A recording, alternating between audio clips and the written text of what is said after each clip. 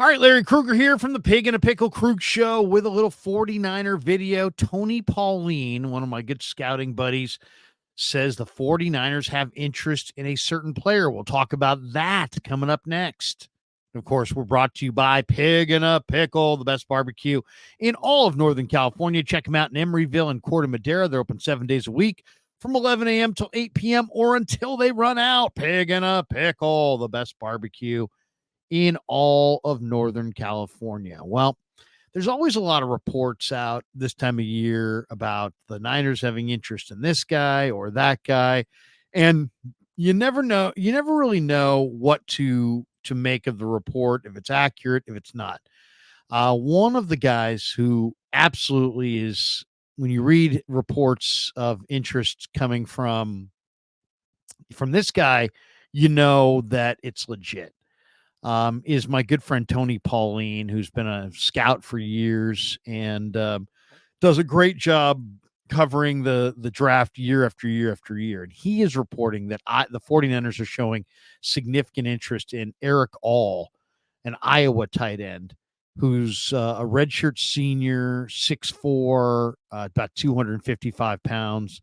He's projected to probably go inside the top 200 picks, but you're talking about a mid-round pick, most likely. He's a Michigan transfer. He's from Fairfield, Ohio, went to Fairfield High School in Ohio. And, at Michigan, he was an all Big Ten selection, honorable mention by the coaches and the media in 2021. He was a 3-year letterman there. He appeared in 33 games, 12 starts at tight end. And totaled 54 receptions for 565 yards and 2 touchdowns in his career. And then, we saw him transfer to Iowa, and, he's a really, really solid player at this point. I think he's a guy that is, Iowa's got great history as far as, tight ends and the way they play. He wore 83 both at Michigan and at Iowa. And he's a nice player. I mean, 10 and an eighth inch hands. He was Big Ten honorable mention in 21 and 23. He's a versatile tight end that can be played in a number of different alignments. He has natural hands. He's a pretty fluid route runner. He's got some burst to stretch the seam. He's very physical as a blocker, and he gets yards after catch, and he's got that kind of burst to threaten the big seam route down the field. So he doesn't have huge long speed, so that's probably the thing that makes him more of a mid-round guy, but very impressive frame. He can play on all 3 downs. He's not like a superstar level athlete, but he's got quick twitch. He's got some route running ability. He definitely has burst. In the run game, he's physical. He's really physical. He'll blow defenders off the line of scrimmage with an initial jolt.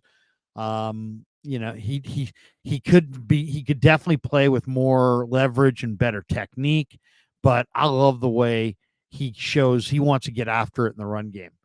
In space, he's good. I mean, he can find guys in space and pick them off in the run game. I think he's definitely got some ability as a runner after he catches the ball. He's got route running ability. He can stretch the seam. He's an athletic guy for sure, but he's not a deep speed guy. So, I mean, there's definitely some improvement when you look at his blocking that can be had with proper coaching. I mean, his mechanics are not always great, but this guy can identify the soft spot in a zone, and I really like the way he plays. I mean, he's a guy that, first of all the Iowa tight ends seem like they have a real good idea for the position as far as down and distance, what they need to do, how the depth that they need to run their routes. I mean, it's a pretty heady group of players that you see. And coming out of that program. And this kid's no different. As I said, 6'4", about 250 pounds, 10 and an eighth inch hands. He cleared all the medicals at the scouting combine. And from what I heard, he suffered an ACL tear in October and had season-ending surgery on his back in 22 after just 3 games. So there's the medical part of this thing, but this guy's got solid speed. He can stretch the field. He's got good quickness. The hands could be a little bit more consistent than he's shown thus far. I would love to see him get better as a run blocker. I think he will with proper coaching. But I mean, this guy's got ability for sure. And I like the fact that he's tough. I like the fact that can be really elusive after he catches the ball.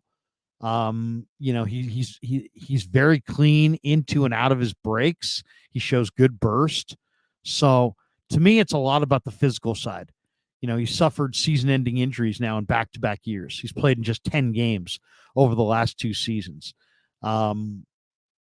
He could be more physical for sure. But, to me, I like this player. I think this is a good prospect, especially on day 3 of the draft.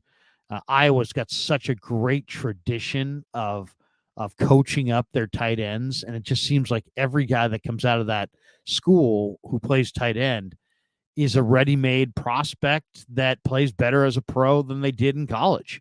I mean, George Kittle has done far more as a receiver with the 49ers than he ever did at Iowa. I mean, when you watch Laporta this year, Laporta looked good in Iowa's offense. He looked spectacular in Detroit's offense.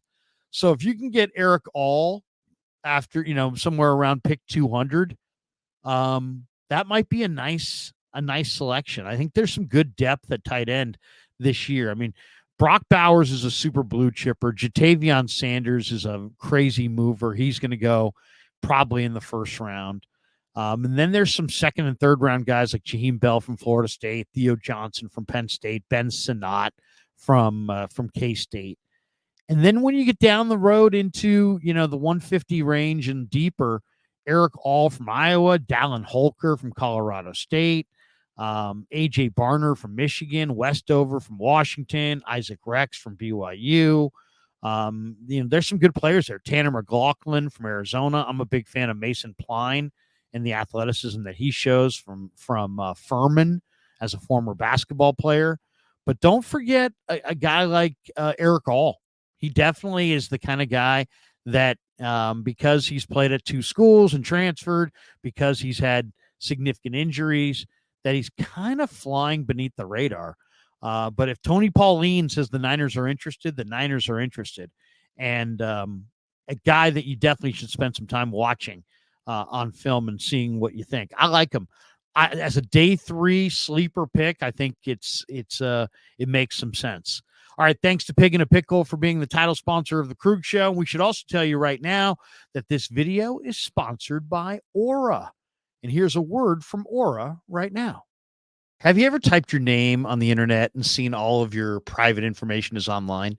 Are you tired of receiving tons of spam calls from random numbers? Are you receiving more and more of these as time has gone on? Well, that's where Aura, the sponsor of today's show, can really help you out. Data brokers sell your information to scammers and spammers and anyone else who may want to target you. Your full name, your email, your home address, all your records, your health records, who your relatives are. It's all out there.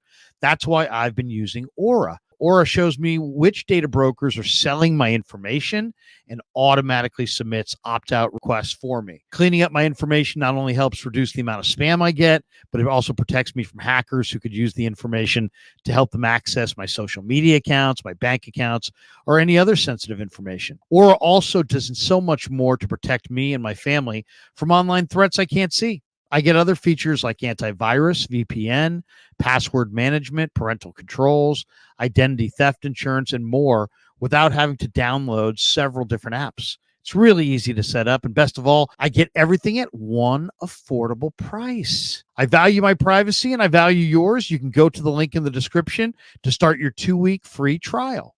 And thanks to Aura for sponsoring the Krug Show. And thanks to all you guys for supporting the Krug Show on YouTube.